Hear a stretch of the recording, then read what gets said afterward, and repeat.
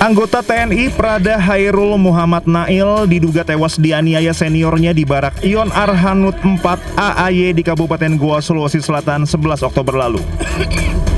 Korban sebelumnya sempat dibawa ke rumah sakit Syekh Yusuf Goa. Namun pihak keluarga menemukan kejanggalan atas kematian korban dan meminta autopsi dilakukan di Rumah Sakit Bayangkara Polda Sulawesi Selatan. Pihak keluarga meminta polisi militer terbuka terhadap hasil autopsi korban. Sangat berharap sekali agar kiranya pihak polisi militer, penyidik khususnya yang menangani kasus ini, agar bisa memberikan secara komprehensif tentang atau terhadap hasil autopsi adik kami.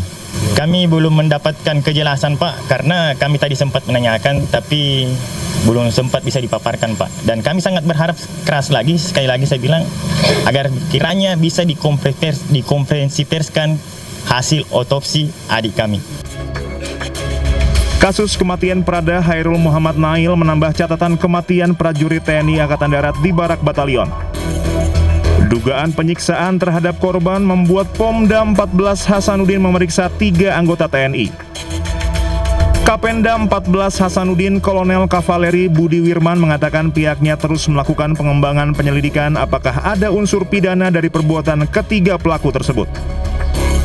Dari Kabupaten Goa, Sulawesi Selatan, Bukma iNews melaporkan. Saksi dalam sidang lanjutan kematian Prada Luki Namo yang digelar di Pengadilan Militer Kupang, Nusa Tenggara Timur mengungkap berbagai penganiayaan yang dilakukan sejumlah terdakwa terhadap korban. Saksi menyebut korban dianiaya dan disiksa dengan keji oleh sejumlah seniornya yang terpengaruh minuman keras.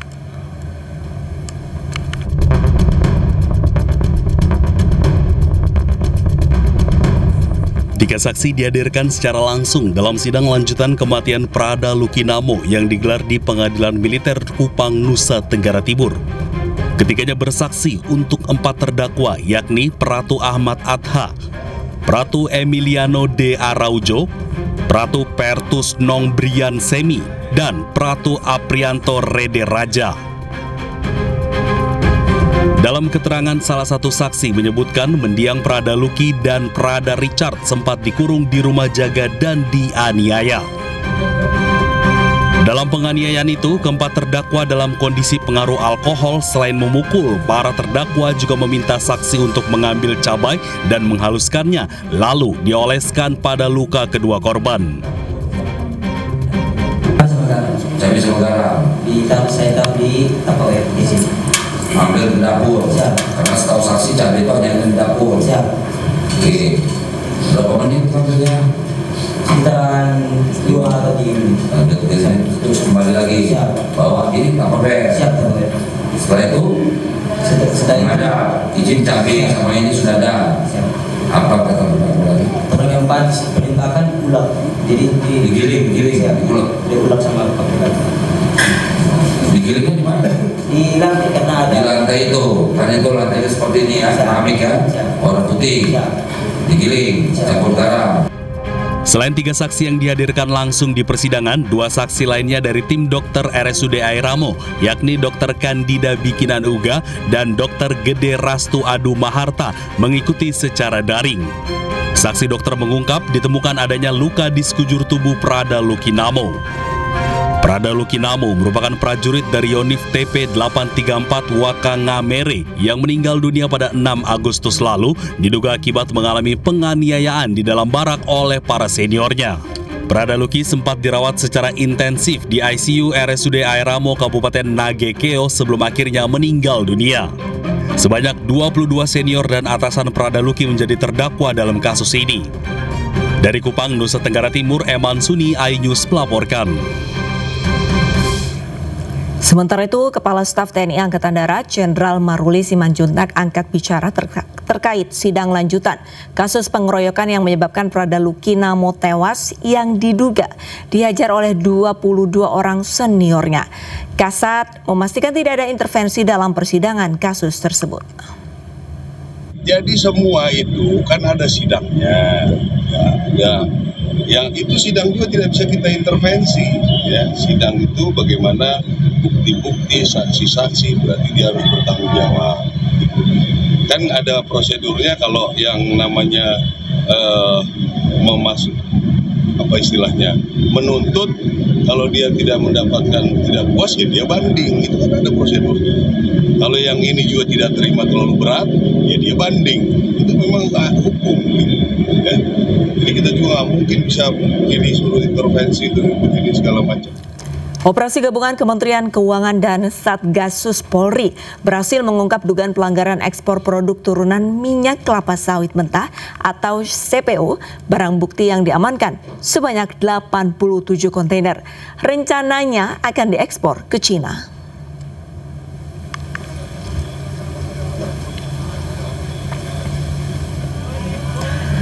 Kapolri Jenderal Listio Sigit Prabowo menghadiri langsung pengungkapan dugaan pelanggaran ekspor produk turunan minyak kelapa sawit mentah atau CPO di Pelabuhan Tanjung Priok, Jakarta Utara, Kamis siang. Kapolri menyebut barang bukti yang diamankan sebanyak 87 kontainer bermuatan kurang lebih 1.802 ton, rencananya akan diekspor ke Cina. Muatan senilai 28,7 miliar rupiah ini disebut milik PT MMS. Barang-barang tersebut ditemukan memiliki perbedaan data untuk menghindari pajak. Saya akan bicarakan dengan Dirjen Bea Cukai, yang jelas dari Satgas optimalisasi kan sudah menemukan.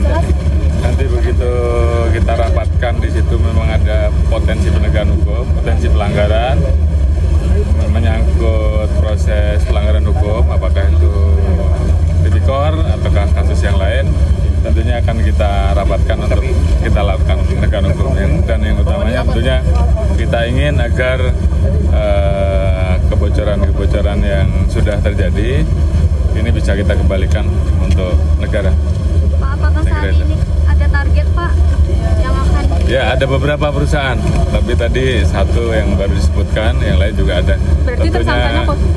Tentunya nanti secara bertahap akan. Presiden ke-7 Republik Indonesia Joko Widodo dituding menerima aliran dana korupsi proyek kereta cepat Jakarta-Bandung. Tudingan itu datang dari akademisi Ubaidillah Badrun yang mengklaim telah menelusuri informasi PPATK.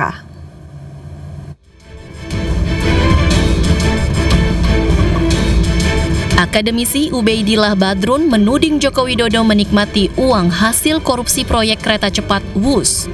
Ia berani mengungkap hal itu usai menelusuri aliran uang yang diduga hasil korupsi dari proyek strategis nasional, termasuk korupsi pada proyek kereta cepat Jakarta-Bandung. Ubaidillah juga menduga sebagian uang itu masuk ke kantong sejumlah pejabat, termasuk mengalir ke Solo. Cara seluruhnya sepanjang kekuasaan Jokowi sampai awal Prabowo ini itu menghabiskan sekitar 1.515 triliun.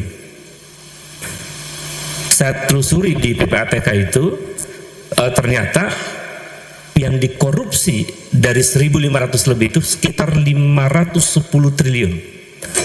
Jadi 36% dari proyek strategis nasional itu dikorupsi. Dan itu masuk ke semua pejabat. Diduga kuat juga masuk ke Solo.